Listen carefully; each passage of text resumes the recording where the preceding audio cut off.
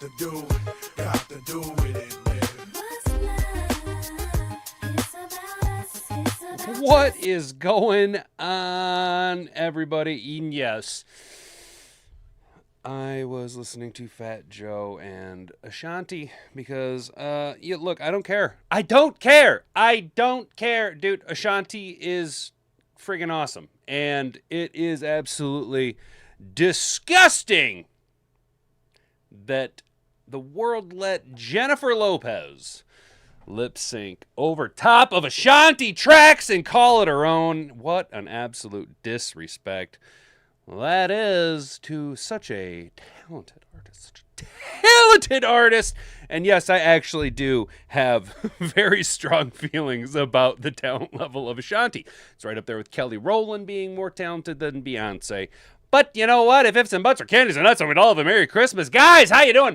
Welcome to the Hat and Beard Show, Mad Hatter Nation. I, of course, am your hostess with the mostest hat and beard. In case you can't tell by my hat and beard, it is Wednesday, January 28th, 2026. How you doing? Welcome in. Hopefully you guys are subscribed. If you're not, you can't partake in the chat. And if you can't partake in the chat, well, then you're not going to be able to engage in the poll that I have up for you guys. Today's headlines dive directly into our poll question. Rather, I get my merds mixed up sometimes. What you going to do? Did Billy Blue Chew? Oh, Billy Blue Chew. We got the blue chews for Billy to get his little Willie up for that little harlot that he's married to. Now, did Billy Blue Chew get snubbed from the NFL Hall of Fame? I'm giving you four options. Yes, no doubt, with 55% of the vote already. 11 of you casting votes. 36% of you say dislike him. But it is wrong, and I probably am in that boat as well. Never been a William Belichickian fan. Rooted for Tom Brady when he left and went to Tampa. How's that? Does that make sense? Really rooted for Tom to step out from underneath the shadow and enjoyed a little bit of schadenfreude watching Bill Belichick just kind of fizzle out there, and now he's just continuing to make an embarrassment of himself down in North Carolina, but it is what it is. And then, of course, 9% of you taking the safe and logical route of selecting cheese. I don't hate it. I have a lot of respect. Look, dude, that takes a lot of respect, or a lot of balls to go out there and vote cheese, dude. That is the third party candidate with the cheese. I absolutely love it, guys. We got to keep this freight train rolling. We will be talking about Bill Belichickian snubbed demands a Hall of Fame reckoning. Jonathan Jones wrote this article. A failure to elect Bill Belichick on the first ballot exposes a voting system that hides accountability and risks turning football's highest honor into a farce. Now, this is incredibly connected to how we were talking about the Pro Bowl just yesterday here in Mad Hatter Nation. About the Pro Bowl is a load of malarkey, tomfoolery, and chicanery. And now we're starting to see the same mentality, the same brain rot, for lack of a better word, seeping into the voting for the Hall of Fame. We will discuss that. And then, guys, we have a lot of new Lions news to talk about because Brad Holmes reveals why Detroit Lions hired Drew Petzing as OC. Hey-oh, not just why. Look, hey, now camera, don't do that to me, camera. Don't do it to me. Now, what we have here is a little bit of a situation where, sorry, I'm trying to get my camera to lock in here, guys. Not only did Brad Holmes tell us why we hired Drew Petzing, okay, but if we listen to the words in the article and the words that old Melvin's got for us here, I think he's going to tell you exactly what we're going to do in the draft and free agency, bud. So we're going to go ahead and talk about that. We're going to speculate. We're then going to kick it on over to John. Big John.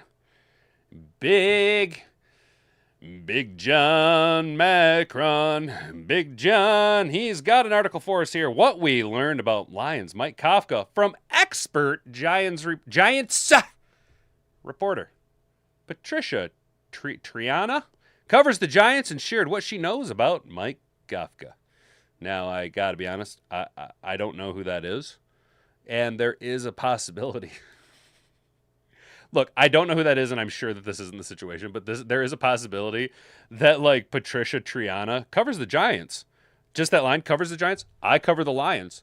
What if a news article reached out to me and they're like, Lions reporter, hat and beard, shares his opinion. You know what I'm saying? So I don't want to completely ignore Mike Kafka. We talked about him a lot yesterday. But if we put I'm saying if you couple these two articles together, we can really kind of get a clearer picture as to what's going on in the 313. And what I really like is, look, I didn't like wake up this morning and go, hey, I'm going to plan out this show and everything's going to go bing, bang, bong, boom, right down the old pike. But A to Z Sports, they got us how the Detroit Lions kitchen is going to work out with all these cooks in it. And there you see Chef Dan. Shout out whoever came up with this AI image. Unfortunately, I'm very disappointed. It's an AV or AVIF or something like that, which I can't use that type of file on my thumbnail. And I really wanted to use that picture. So slap like if you guys enjoy the thumbnail that I made with you with Dan Campbell in his Applebee's outfit with the Campbell's. And pay attention that we put steak and potato chunky soup down there, bro. There's a reason why we went with the old steak and potato, because we're getting back to basics. I think we have revolutionized the coaching staff here in Detroit. Now, I know that some of you disagree with me based on the metrics yesterday. We lost a couple of you because apparently we got some people that do not like Mike Kafka or really have some hard hurt feelings over Kyler Murray. And that is what it is. However, if we do have time at the end of the show, I did want to peruse, shout out ESPN doing... Look, man, when you're a big company, there is some advantages to having a big company, meaning you got a lot of peons underneath you to do a little bit of the grandy work or a lot of AI prompts being fired out. They did pull up top 50 players that are poised to be free agents. Obviously, we're not going to go through all of them, but there's some guys that we can maybe cast the wandering eye of Sauron and see if there's something there for us to maybe go shopping. Think of it as building a Christmas list, and it's about Thanksgiving. We got to get this list into Brad Holmes before Black Friday hits so that we know what we can get. All right, now that all that's out of the way, guys, do me a rock solid favor. Subscribe to the channel if you're new here, ringing that notification bell so you can be notified every single time we go live Monday through Friday, 10 to 11 a.m. right here at youtube.com. Now I'm just going to tease it. I'm going to tease it right now, you guys. I'm burning a week of vacation. The Saturday before the Super Bowl all the way through that following Saturday. In that week, in that week, what will officially start the offseason, there will be no Super Bowl, there will be nothing left to be played. I will be dabbling that week with the dual upload, hopefully to Rumble. Gonna try and get the Rumble key to work. If not, I am gonna also start dual uploading probably to Twitch or not Twitch, Kick as well, because look, we need to kind of expand the brand and bring more people into Mad Hatter Nation. So we will kind of try and dabble with that during our week off. Just letting you guys know, a little teaser. So if you're active on those other platforms, try and find me. I got to set up the Kick account still. But we are still active. We are alive over on Rumble. What's up, Trippy? Yeah, dude, we are trying to level up over here, guys. We are trying to do our thing, bro. So subscribe, share this around with all of your friends. It's the best way to get out here, you know. Obviously, YouTube does not like the live streaming right now. If you follow me over on Twitter, that is at @hat_and_beard over on Twitter. We are trying to see what's going on. I have noticed a little bit of a reduction in the reach, and it's coinciding with, let me know, when you guys smash the like button, are you just getting the traditional thumb or are you getting a spinning football? Trying to connect dots here, and it's 100% me trying to find out who exactly is Pepe Silva. We're going to figure it out. You, me, and the rest of Mad Hatter Nation. Now that you've done all that and shared this around with all your friends, guys, let's go ahead and get into the show. If you can say the word good, guess what? It means you're still alive. It means you're still breathing. And if you're still breathing, well then hell, you still got some fight left in you. So get up, dust off, reload, recalibrate, re-engage, and go out on the attack.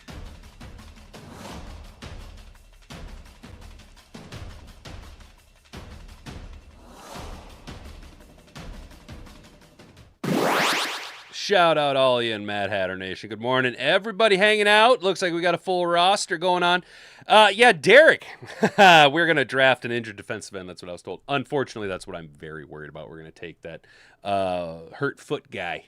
I can't even remember his name. We're just going to call him Hurt Foot Guy. We're going to take Hurt Foot Guy out of Miami, dude. Trippy, yeah, we're going to try and level up, dude, and try and get that reach out, dude. Peaceful Craig says Dan needs to shave his head. Team solidarity. He either needs to shave his head or go full on Alex Anzalone in solidarity with Calvin Shepard. You know what I mean? We could have Dan the man, Dan the man, the Manimal, Dan the Manimal, Dan Campbell the Manimal. Peaceful Craig says, Hat and Beard Sports Politics Show. Start a new lane, I'd tune in. Yeah, dude, actually, so Craig, and this is something that obviously, so I started out doing video game content and then branched into trying to do political reach during COVID. That didn't really work out so well. I was just a poor iteration of Matt Walsh and Steven Crowder. But what we try and do here, bro, I'm not going to lie. And some of you know this already, and some of you pick up on it relatively quickly. Not trying to per se be a political show, but influence culture, okay? Because the NFL, I do believe that the NFL is one of the most powerful economic and culturally influential forces in the United States. And if we can hold them to a higher standard, that means rising tide raises all boats, right? If we all hold ourselves to a cunt hair higher standard, by the end of the year, you have a whole bush. So the NFL can be very influential. Really what it is, I do take a lot of inspiration from personality types like, Gavin McInnes, Mark Dice, Tim Pool, Matt Walsh, Steven Crowder.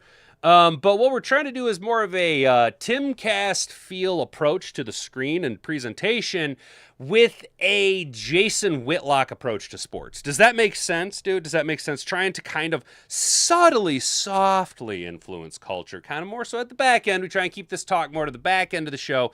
But if we're gonna get into it, we're gonna get into it. We're in the slog. When Bill Belichick can't get in the hall and Shador's in the Pro Bowl, sports politics needs to be talked about. Peaceful, Craig. Brother, I fucking absolutely love that comment, dude. I'm going to go ahead and pin that to the top. Dude, that is a very, very profound statement, my friend. Very well put, dude. So cold in Florida, the iguanas are falling out of trees. Oh, man, that sucks, dude. Like my mom said, she's getting 14 degrees where she's at, and we, according to my computer, we're hanging out at a balmy 11 degrees here in partly sunny mid-Michigan. Can't wait. Get off the fence, Hat. Ah, dude. Yeah, dude, you know me. I like to Tim Poolian sit my milk toast ass right on a fence, dude. I mean, I'm pretty heavy-handed with my approach, but, look. In such radicalized times, it is fun to, at the very least, try and conduct thought exercises to see different approaches to at least the game. Maybe not so much politics because there's no point. There's no point. Anyway, so back to what we're here to talk about. Bill Belichick. Ooh, Billy Blue Chew. What did you do?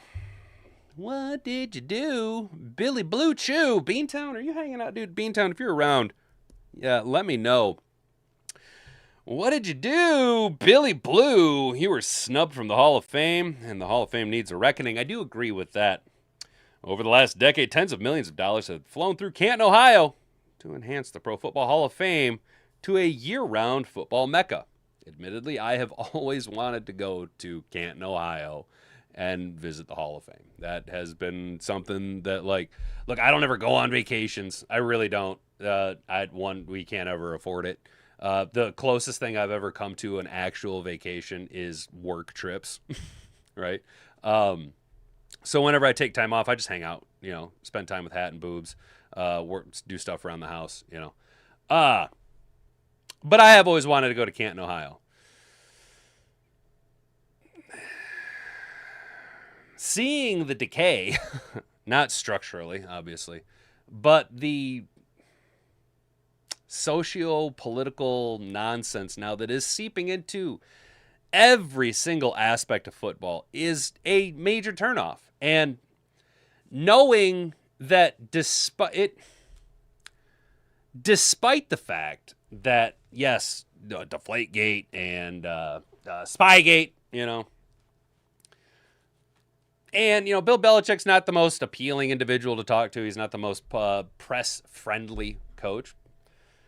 It doesn't matter, right? Football is supposed to be one of the most meritocratic institutions. American football should be one of the most meritocratic institutions in the United States, in the world, right? There isn't much else short of combat sports where it is put your nuts on the table, strategize, and pummel your opponent, right? Most sports are supposed to be meritocratic, right? And to be considered in any sport Hall of Fame, you are the creamiest of the cream of the crop, the 1% of 1% of 1%, the absolute pinnacle of your craft. Despite what you may have conducted yourself like, despite, how you handled your business, the ruthlessness of your business approach and acumen, the meritocratic results speak for themselves. And Bill Belichick, I realize that I just started clapping like I'm about to start hitting you guys with bird hands here if I'm not careful.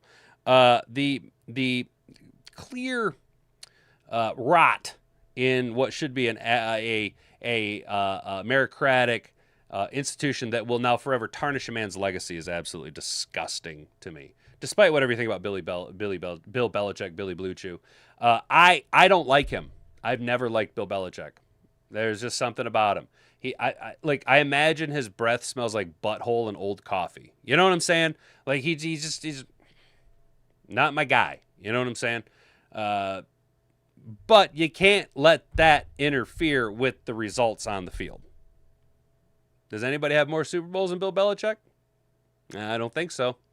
I think he's got he's probably one of the top 5 winningest coaches of all time, if just memory serves correctly. Yes, he has shat on his legacy in the media by dating a whore, right? Going to a college program and not succeeding to the degree that you would expect what should be a first ballot Hall of Fame NFL coach, right? Those are millions of dollars we know now have been wasted.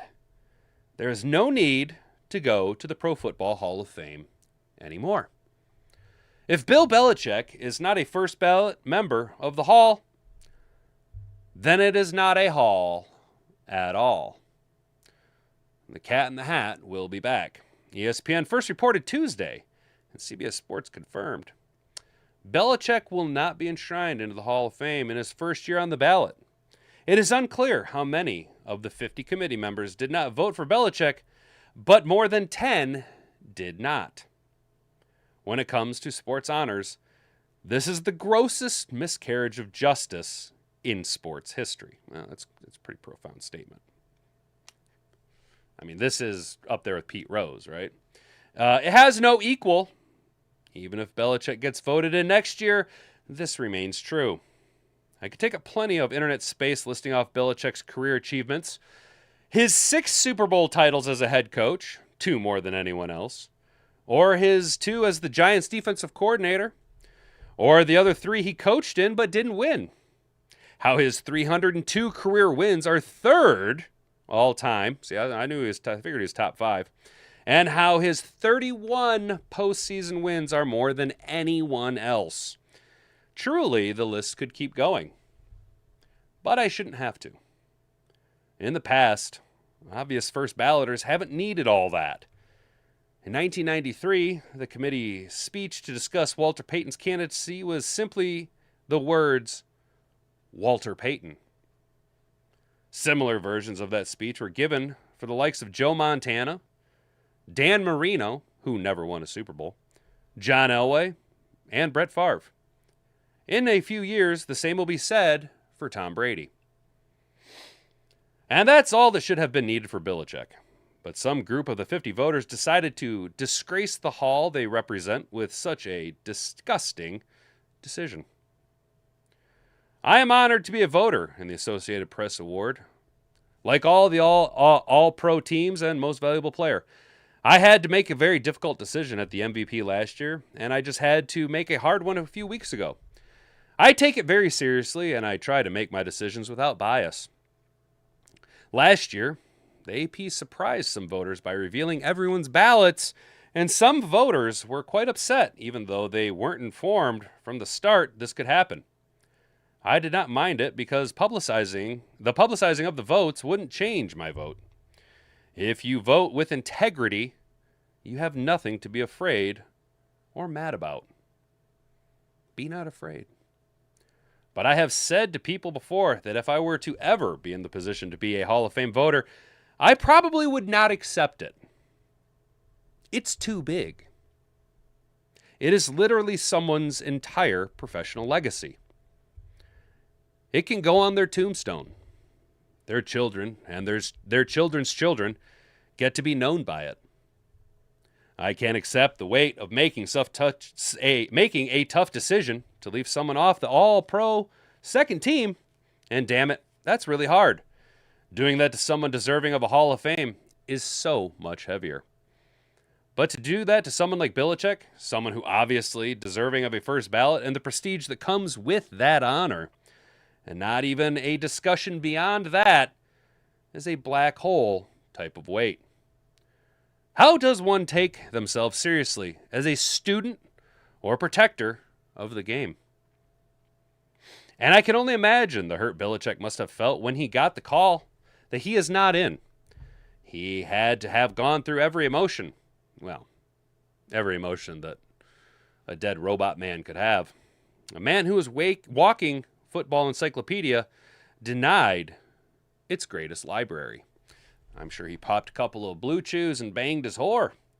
If the Hall of Fame wants to save a shred of integrity, it will begin to make votes public. I do not think there is any chance we will ever learn all the people who did not vote for Belichick, so demanding that is useless. If other Hall of Fame voters want to anonymously leak who they know did not vote for Belichick, this is one of the rare instances where snitching is preferred. I mean, I would like to know who did it. They're gonna make public the AP vote or the all pro votes, right? You might as well do it for the Hall of Fame votes too. Why, dude? If you're gonna do it, say it with your chest. You know what I'm saying? Making the votes public will mean several voters will drop out. So be it. If they get something like this wrong, clearly change needs to be made anyway. This useless collection of voters who went against Belichick would likely bring up Spygate, the 2007 controversy that resulted in punishment by the league and a permanent mark on Belichick's record.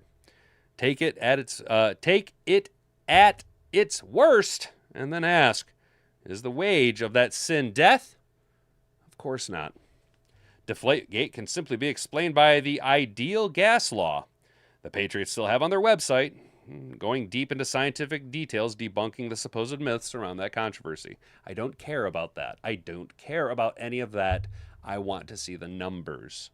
I want to see the numbers, the wins, the Super Bowls. That's what I care about. Was Belichick unfriendly with the media? Yes, and who cares? Is he tarnishing his legacy by being part of a monthly tabloid stories while struggling against low-level ACC competition at my alma mater? Almost certainly. It does not keep him out of Canton a single day. I agree with that. I do agree with that. Remember, this is the same hall that felt the urge to issue a statement after O.J. Simpson's death, confirming his forever place in the hall that doesn't need Belichick just yet. It's a hall that kept Terrell Owens out for 2 years for nebulous reasons that somehow tied his off-field behavior to on-field... What exactly?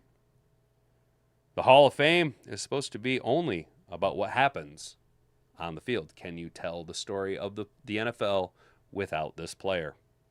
And let's be clear, Belichick's year one omission blows Barry Bonds missing Cooperstown out of the water.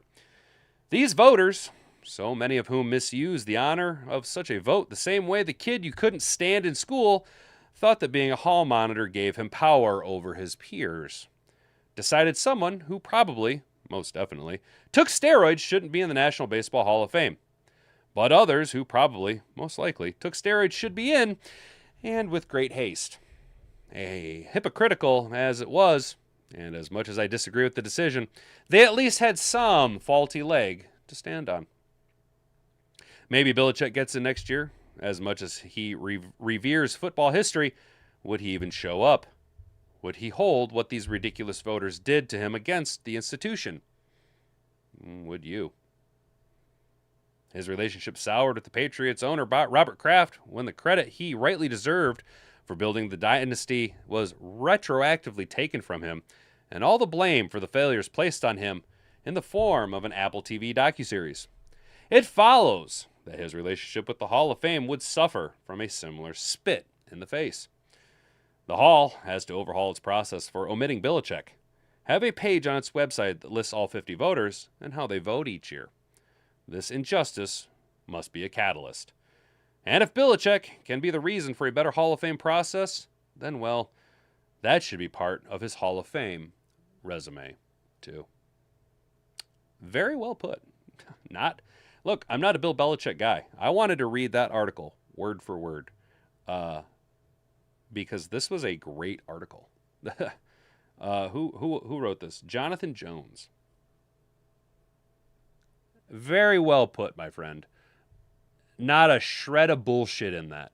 You called out every single angle that someone could try and point out to the reason why he didn't get into the Hall on his first ballot.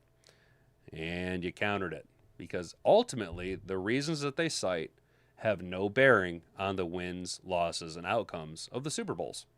Period, point blank.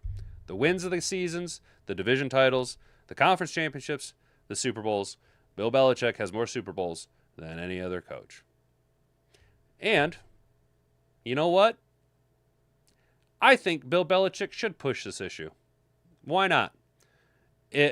Make your stand.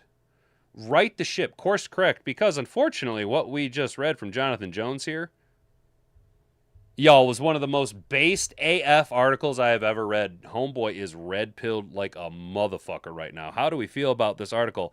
A Mad Hatter Nation. How are we feeling about all this, y'all? Media ploy, instant engagement and reaction for the NFL right before the Pats. Damn, Trippy! If you didn't just absolutely crush it with that. Beautiful. Beautiful.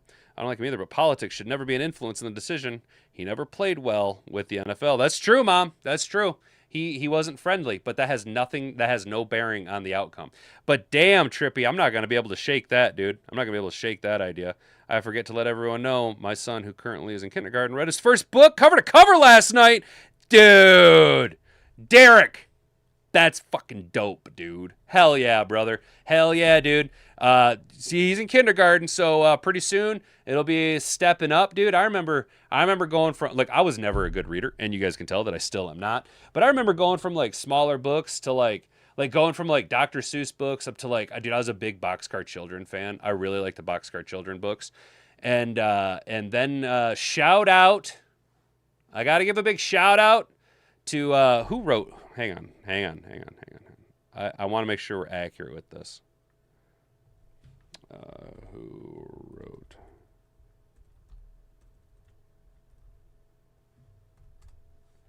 Yeah, Gary Paulson. I was pretty sure it was Gary Paulson. Shout out Gary Paulson. Shout out Gary Paulson. Because I read Hatchet one time and I was able to milk that for book reports. Oh, I was able to milk that fucker for some serious book reports. So shout out Gary Paulson and Hatchet. But legit, Hatchet was a crazy good book. I loved Hatchet. That was a great book. Never liked Bill B, but to not vote in the greatest coach in NFL history is ridiculous. Exactly, Brent. I don't like him, but they are just being absolutely ridiculous. They're children. They're children. And look, I mean, if you want me to put a name to it, I'll put a name to it. It's a bunch of woke libtards, right? It's a bunch of woke libtards that didn't want to vote Bill Belichick in because of woke libtard reasons, bro. Get your woke libtard shit out of the NFL, dude. Keep Williams out of the Hall of Fame seems kind of crazy. Dude loves himself a good left-footed punter. Hell yeah, dude. Exactly. Yeah, there you go. You saw my eyes on that. Dude, yeah, dude, Mr. Figs, for real. And watch Andy Reid get it on a first ballot. Yeah, dude, Rick C. Andy Reid, who covered up his son who murdered a lady, covered that up, dude. Yeah, bro. Dude. But yeah, shout out Trippy, dude. That's a really good take, bro. I didn't even think about that. And legit, I'm the guy who still has a theory. I had this conspiracy theory when I was younger that the reason that the Pats got... Actually, maybe that's why Bill Belichick... Maybe we're uncovering a series of conspiracies. I kind of had a conspiracy for a while that the reason that the Patriots won the dynasty was to... it kind of... I can't say that it's Operation Mockingbird, but what I can say is that it would be like Operation Mockingbird adjacent, right? Because hang on. All right, guys, let's open up this can of worms, dude. When did the Pats win their first Super Bowl in the dynasty? 2002. When did the Pat Riot Act start? October 2001.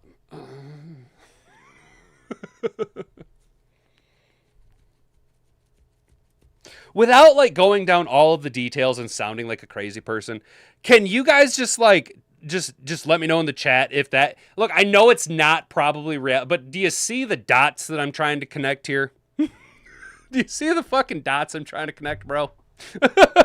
Now I realize that it sounds like I got a lot of tinfoil in my hat. And you know what? 1776 will happen again.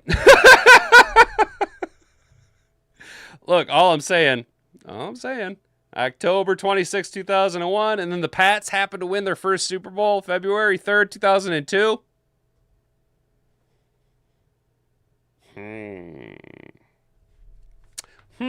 Seems a little squirrely if you start connecting the dots. I'm just saying. And then, okay, actually, if you really want to connect the dots, dude, so obviously the Patriot Act happened in response to 9/11, right? The Patriots then start their dynasty. Can you guys just quickly name the team that beat the dynasty twice? Would it happen to be a team, I don't know, maybe like the New York Giants? All I'm saying is the only team to stop the dynasty was the team from the city that initiated the Patriot Act, subsequently the Patriot Dynasty. All I'm saying is I had a dream, okay? And in this dream, there were bees, okay, guys? So bees, lots of bees, and Utah is the bee state. And it came to me in a dream, and Charlie Kirk told me, I've been betrayed. Oh, yes, Peaceful King, a city full of juice. What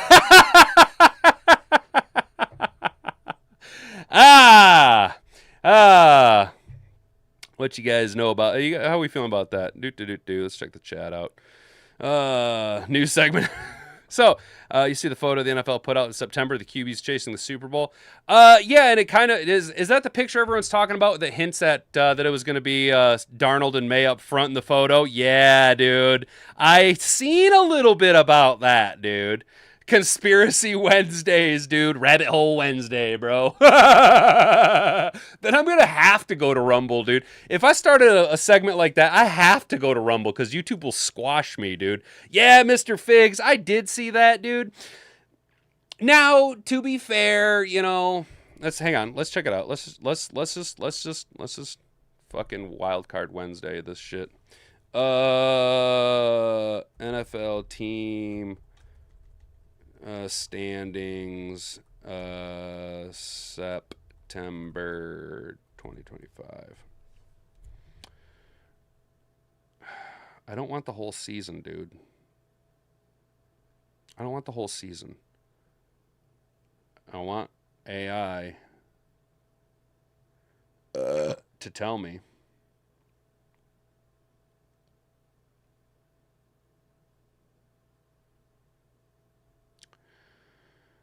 Okay. So my thought process. All right, here we go. AFC standings. Who do we got from the AFC? The Pats? Where are you at? Where are you at? Where are you at? Where are you at? AFC North. 2-1 the Colts. Seahawks. The Seahawks were 3-0. Okay, so the Seahawks were 3-0 at the time, but the Patriots, were not in the mix of it at that point. So, you could see a little elevation of the Patriots. And if you want to connect it, all right, hang on. Let's just fuck it, guys. Let's just keep going. All right. When did we get Maduro? January 3rd. When did the Pats clinch? December 28th. So, I'm just saying. I'm just saying. We're just saying.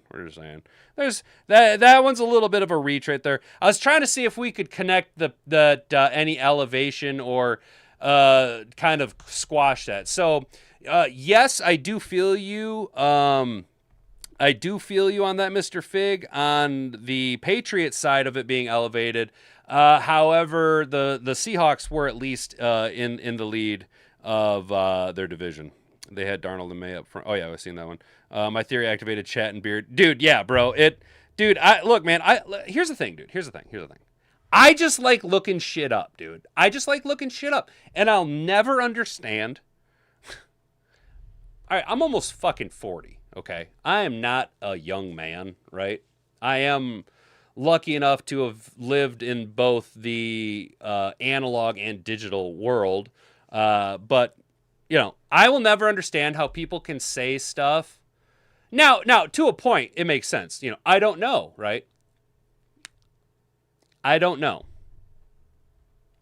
You see this thing? Do you see your little dopamine slave square? You can use it from... Whoopsie poopsie. You can use it for more than just looking at pictures of titties.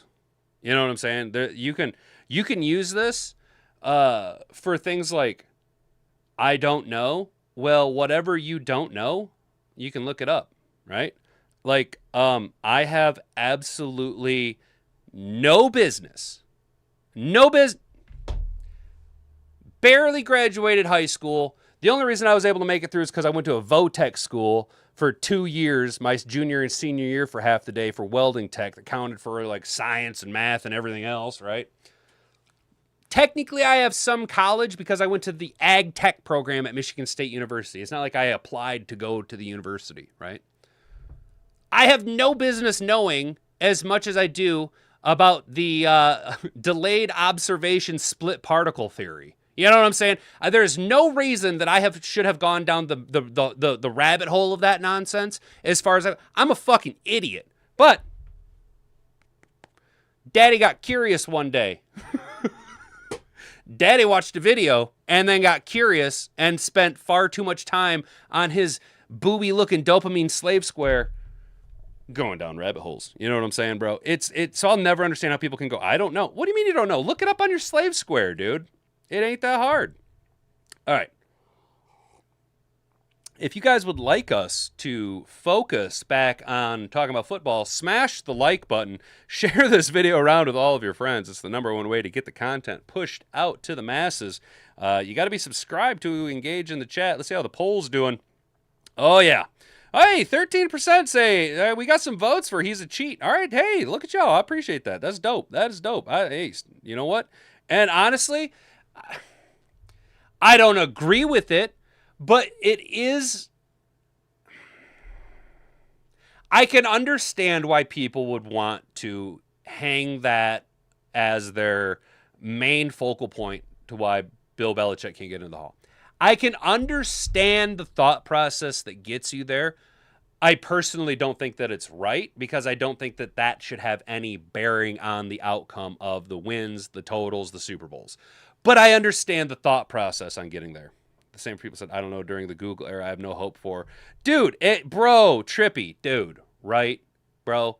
Like, and what drives me nuts, dude, is everybody's like, oh, I asked the AI. Dude, I mean, you guys have seen me do it. You can ask the AI some things. It's not always going to be right. I mean, I've caught the AI lying straight up before. You know what I mean? It is a, look, AI is a fancy search engine. Okay. Take a search, I just figured it out. Take a search engine, take Google, and just slap it on the back of the paperclip guy. You know what I'm saying? That's exactly what it is, dude. It's the paperclip guy, the little paperclip. You guys remember the little paperclip, dude? It's that with a search engine. That's all it is. It's a smart search engine. And half the time, it doesn't give you proper information. You can use it to like punch stuff up. You know what I mean? Like you can use it as a tool, but it's not as smart as people make it out to be. You know what I mean? It's just wild as hell. All right, so Brad Holmes reveals why the Lions hired Drew Petzing as their OC. The Lions cast a wide net in their search for a new offensive coordinator, interviewing 10 different candidates before ultimately landing on former Arizona Cardinals offensive coordinator Drew Lil Spud. It's Lil Spud from the rafters. Oh my God, dude. Yo. It's because I've been watching too many wrestling documentaries, but legit, either Kafka or Petzing should just be 100% silent through the whole, never talk to the media and just go full Sting, dude. Just go full Crow Sting, dude. Just comes into Ford Field one day, down through the rafters with face paint on. Oh my gosh, it's Sting! You know what I'm saying? Bro, dude, yes, let's go. Drew, Lil Spud, the Stinger, Petzing. And now General Manager Brad Holmes has revealed exactly what separated Petzing from the rest of the field. He spoke with the Detroit Free Press down in Mobile, Alabama. You need to go back to Greenbow, Alabama! Quote, a lot of what I liked about him, is not a system. It's what do you have? What's the personnel that you have? Like, what can we do? And so that's what I think he showed us in the process, is that he can maximize personnel of what's available, and that's real exciting. Pay close attention to that very statement moving through the offseason. That right there, boys and girls, Brad Holmes told us exactly what's going to happen this offseason. We are going to address defense. Defense in the fucking first round, defense in the second round, defense in the morning, defense in the evening, defense at supper time. When defense is on the table, you can have a fucking championship! Ugh! The flexibility clearly resonated with the Lions front office that prides itself on building around its roster strengths, not forcing players into ill-fitting schemes. Holmes said the decision ultimately came down to a collective feel and trust in the evaluation process. It's right and just, and it is right and just. It was just a ton of impressive candidates, but we got to the end of the week and kind of went back to like, who's the guy that we all collectively felt like he checked all of the boxes for us? And we kind of just went with that. Went with the gut. And that's why we made the move. Detroit's approach this time around differed from previous coordinator searches. Only one internal candidate, passing game coordinator David Shaw, was interviewed. No Hank Fraley. Probably because of our less than stellar offensive line play and very reduced running game productivity that directly was a result of our reduced offensive line play. I think Hank Fraley needs to maybe have a little less on the plate. Get back to what you do best, bucko. The rest of the process focused on outside voices, a clear sign the organization wanted fresh ideas after the offense showed signs of becoming predictable late in the 2025 season. Holmes is especially impressed by Lil Spud's football IQ, preparation, and reputation around the league. But Lil Spud is just very sharp, very bright. He just really liked his attention to detail. He was very well recommended. All the vetting that we did, all the sources couldn't speak highly enough about him. And just really liked what his philosophy was behind the offensive football and how he utilized personnel. So he just checked all the boxes, man. And we were excited about him. He becomes the 4th offensive coordinator. We've talked about that before. Holmes also noted that the Lions were thrilled to add Mike Kafka to the staff alongside Lil Spud, giving Detroit an offensive brain trust influenced by some of the league's most respected coaching trees. In fact, I think we just go ahead and since Lil Spud is already the name of Lil Spud, we're just going to go ahead and call. Look, Mike Kafka he's just Sting. He's just the Stinger now. He's just Sting, dude. Period. That's just how it's going to be. Mike Kafka is Sting. Tell me I'm wrong. Tell me I'm wrong. For a franchise firmly in Super Bowl window, the message is clear. The Lions weren't just looking for play callers. They were searching for flexible, detail-oriented teacher who could tailor an offense around Jared Goff, JG16 for MVP, Amon-Ra St. Brown, Jahmyr Gibbs, and Sam Laporta. Well, Laporta, we'll see about that. Nah, that's not a take away from him. That's just saying the back injury. And Lil Spud, Brad Holmes believes they found exactly that. I do like this, but what I want to tell you guys here is we need to just keep this line in mind. What can we do? And so that's what I think he showed us in that process is what can he maximize personnel of what's available. We're not going after anybody on offense. Maybe an offensive lineman. Don't expect any skilled positions. And I think this indicates Monty's staying here. What can you do with what's on the shelf? Meaning what we have is what you're going to get. There's no reason now, right? Drew Petzing, he likes to run the ball. Sting likes to run the ball.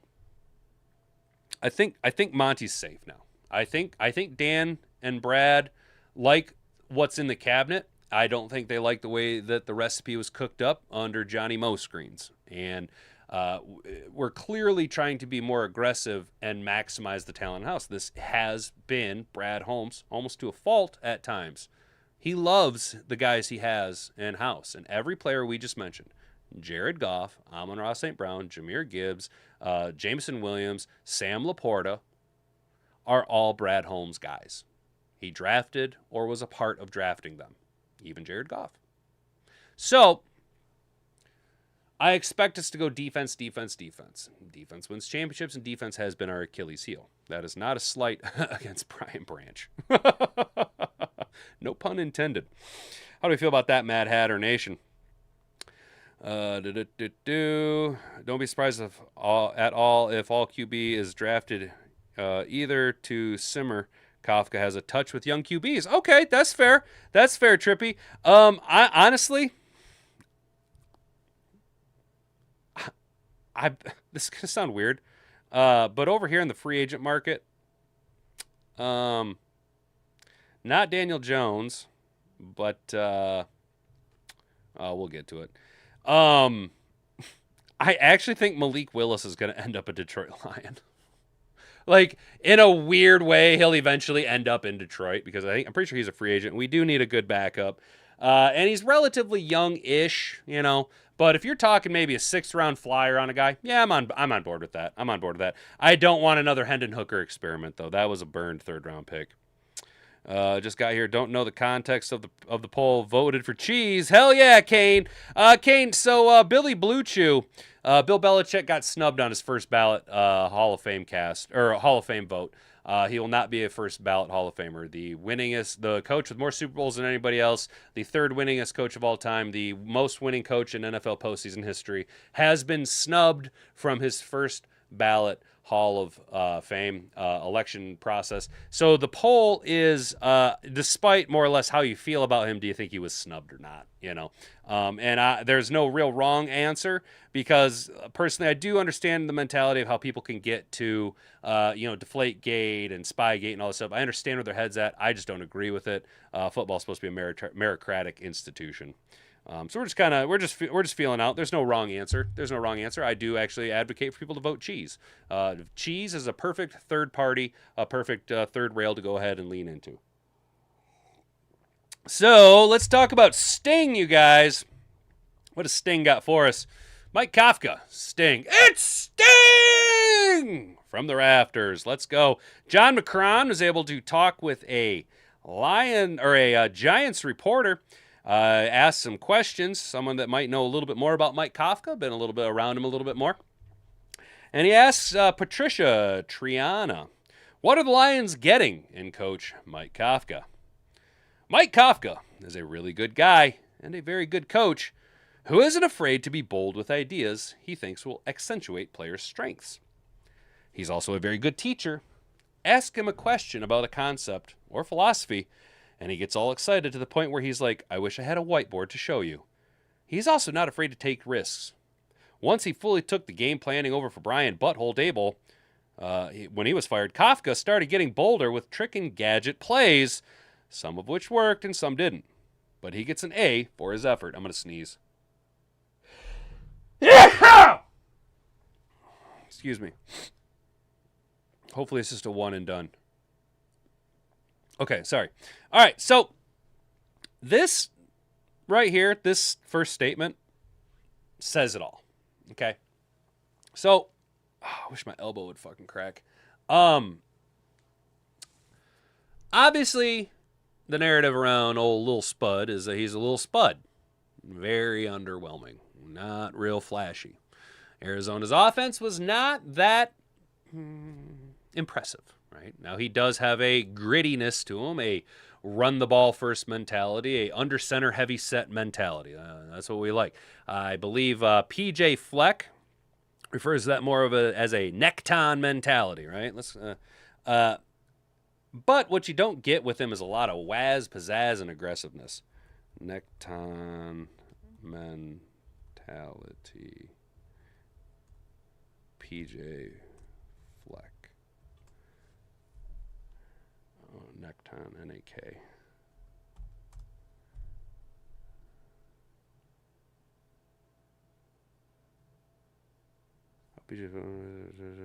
Just tell me what it means, AI. Emphasizes always hungry, always attacking, and never satisfied. A neckton is an aquatic creature like a great white shark that can swim independently of water currents and dictate its own direction rather than passively floating with the flow. Plankton. Plankton. Johnny Mo screens. Neckton.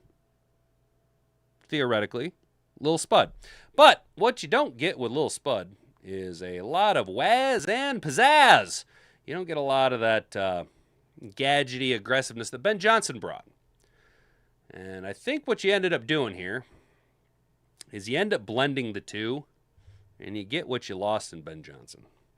I realize that it sounds like I'm kind of glazing Ben Johnson right now, and I am, because he was a great offensive coordinator while he was here in Detroit, and seemingly has worked again his magic, at least with the NFL backing Giga Willie.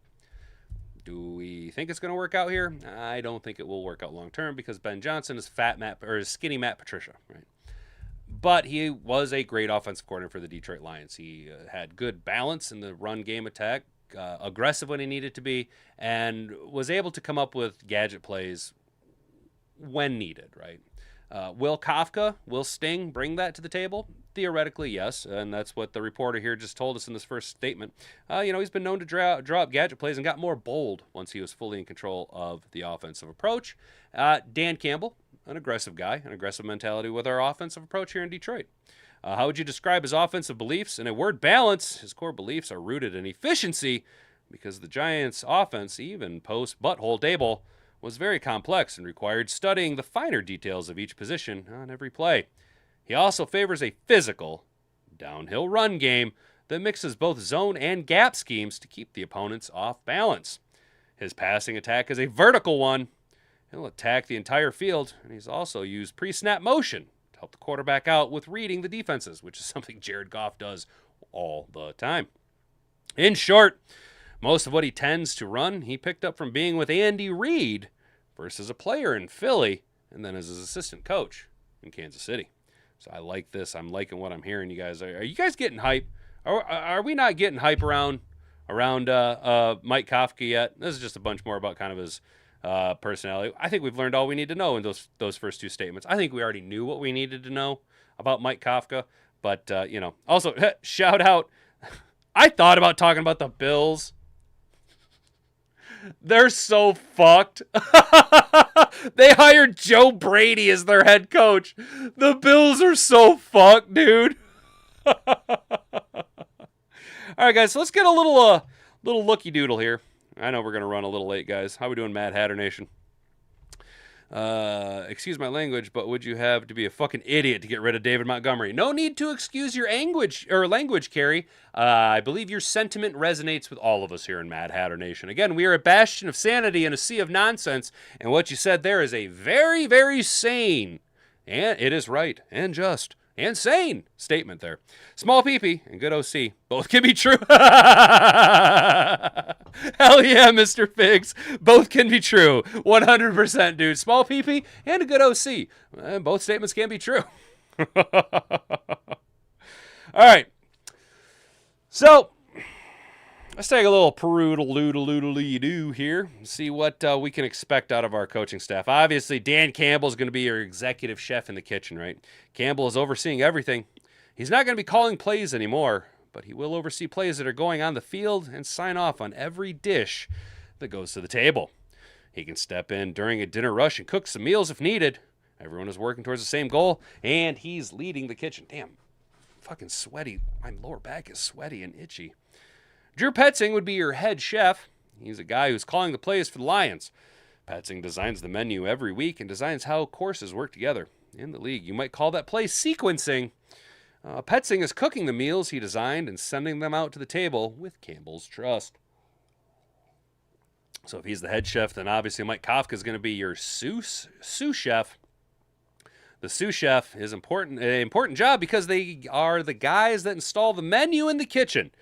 They're helping everyone else learn how to cook the menu and ensure that the food quality is up to the standard of Campbell and Lil Spud. But they're also able to contribute some dish ideas and ensure that the menu stays vibrant and new. Hank Fraley, well, he'd be your prep cook. The food all starts with Fraley. If the dish is prepped wrong, it's not going to get any better down the line. If the offensive line doesn't work or isn't able to block in the way the concept of the play is set up, then the whole thing, well, that's just going to get shut down. Tashard Choice, he'll be your grill station. Lions are primarily a run-first team. They're a steak restaurant, and running backs are the steak. It's on Choice to make sure the steaks are cooked to perfection at the temperature and the customer requested before they're sent out. Scotty Montgomery will be your plating and expediter. After everything is cooked, Montgomery's the guy putting it on the plate and doing that thing where they take the sauce and spread it across the plate and then build a little food statue with vegetables. I love how he says that. They do that thing. They do that thing. I don't know what it's called. That's that thing where they smear it, And the players, well, they'll be the service. Pretty simple stuff. The Lions players are the guys taking the plates from the kitchen and serving them to the customers. This is no simple job. You have to make sure you have the right servers on staff. They are the only guys the customer is really seeing, so they have to make sure they're doing everything right. I thought this was a nice little breakdown by A to Z Sports if you want to have a real simplified approach to it and kind of how you can expect the decisions to be made and implemented as far as our offense is concerned. Well, that's a pretty good rundown. Pretty good rundown. I don't quite think we have time, guys, to get into a lot of free agents. This is just a list of top 50 guys, There are a couple. I could see us actually going after Rasheed Walker from the Packers to solidify our offensive line tackle spot. If, then, when Taylor Decker retires. I also could see us going after John Franklin Myers. Okay. 29-year-old Franklin Myers lacks the lateral speed to bend, to turn pressure into a bunch of sacks from the edge alignments, but he's an active inside rusher who can play at defensive tackle or 5 technique. 6'4", 288-pound frame. He had 7.5 sacks and 23 pressures this season. That size, that what he does, he's not going to bend the edge. He's going to set the edge. He's going to be that bookend. Don't be surprised if the Lions end up signing John Franklin Myers to be our stalwart defensive end opposite Aiden Hutchinson. Could probably get him for a little bit less than a lot of teams are going to be bidding for a high-end edge rusher. This is all of these are hinging upon teams not re-signing or franchise tagging him. But unfortunately, John Franklin Myers, I don't mean unfortunately, but we're kind of all hoping for a guy like maybe a Boye Mafe. I thought I seen Boye on here. Devin Lloyd, Isaiah Likely. Did I just really? Kenneth Walker's a free agent? Oh shit, that's gonna be wild. But we kind of want. There you go, Boye Mafe. Mafe brings a quick first step, which allows him to attack the edge of offensive tackles. His effort level in pursuit from the backside also leads to second reaction sacks. So a little bit more of a flashy speed rushing edge. Well, we got that in Aiden Hutchinson, right? So the idea of getting that, probably not the reality of the situation. The reality of the situation is Dan Campbell and Brad Holmes have historically gone after your more bookend, heavier set guys. So John Franklin Myers, a little bit older, 29 years old, get a couple, 2-3 years out of him as you transition into your next drafted defensive end, hurt foot guy out of Miami or whatever. And this then leads a little bit longer of a growing timetable for that defensive end room, if that's the route you want to go. But I seen John Franklin Myers, and I was like, damn, that's probably going to be one of the guys that we target. And I also wouldn't be surprised if we made a pass at a Rasheed Walker. He's younger, pass block win rate of 93.8%. He could still improve with a good coach like a Hank Fraley, but he's younger, and it also meets that standard operating procedure of Brad Holmes poaching away divisional opponent free agent players that still have quite a bit left in the tank. So Rasheed Walker is a guy that I wouldn't be surprised if we went after as well. And then, like I said, John Franklin Myers. Just some names that just kind of popped on this list. I was just kind of perusing earlier today. We got a couple minutes here. We can kind of run Mad Hatter Nation. If you guys got anything, what's going on? Anything popping off? Doesn't look like too much going on over here. Let's take one last look over at the poll. 19 votes. Appreciate each and every one of you who took your time to cast your vote in. Did Billy Blue Chew get snubbed? 47% of you cast your vote and said yes. Absolutely, no doubt. 11% of you are saying no, he's a cheat. Although I don't agree with it, I can understand how you get to that and where your mind's at. Although I don't agree with it, that I get it. I totally get it. 32% of you say I dislike him, but it's wrong. And if I were able to cast my vote, I would be the 20th vote, and it'd change that percentile up a little bit because I would be voting for dislike him, but it's wrong. And then 11% of you voted for Cheese. Let's go, Cheese. Appreciate each and every one of you. And shout out Peaceful Craig with the pinned comment. When Belichick can't get into the hall and Shador Sanders is in the Pro Bowl, sports politics needs to be talked about. Shout out Peaceful Craig with the pinned comment. Winning the pinned comment of the day. You know what? Maybe that's what we'll do, guys. Maybe we'll start a little thing here. Pinned comment of the day. So whoever gets the best take will pin the comment at the top of the live chat or something like that. I don't know. Something. Things and stuff and things. You know how it is around here. Let's get this loaded up there. Sorry. All right, guys. So that's going to be it. It is 11:05. Appreciate each and every one. Every team cheats. Pats just got caught. Exactly. Second time. Excuse my language. But after 10 seasons, after last season, if Brad and Dan don't get an experienced veteran edge, they deserve what they get because I would consider them ignorant. That's fair, Carrie. So then let me ask, we got a couple more minutes. Does John Franklin Myers? Well, maybe we'll talk about that tomorrow. Maybe we'll look at some more free agents tomorrow. I think Franklin Myers might be the guy. Or Boye Mafe. I do like Boye Mafe, but, I just don't I like him, but he doesn't fit what we want him to do, per se. We'll talk more about it tomorrow, guys. Have a great rest of your day, everybody. Stay out of trouble. Don't do anything I wouldn't do. Make sure you slap like on the way out the door. Share this around with everybody you know. We will be right back here tomorrow at 10 a.m. As always, I've been Hat and Beard. You've been an attentive audience. Until next time, bonga bonga. Frig off.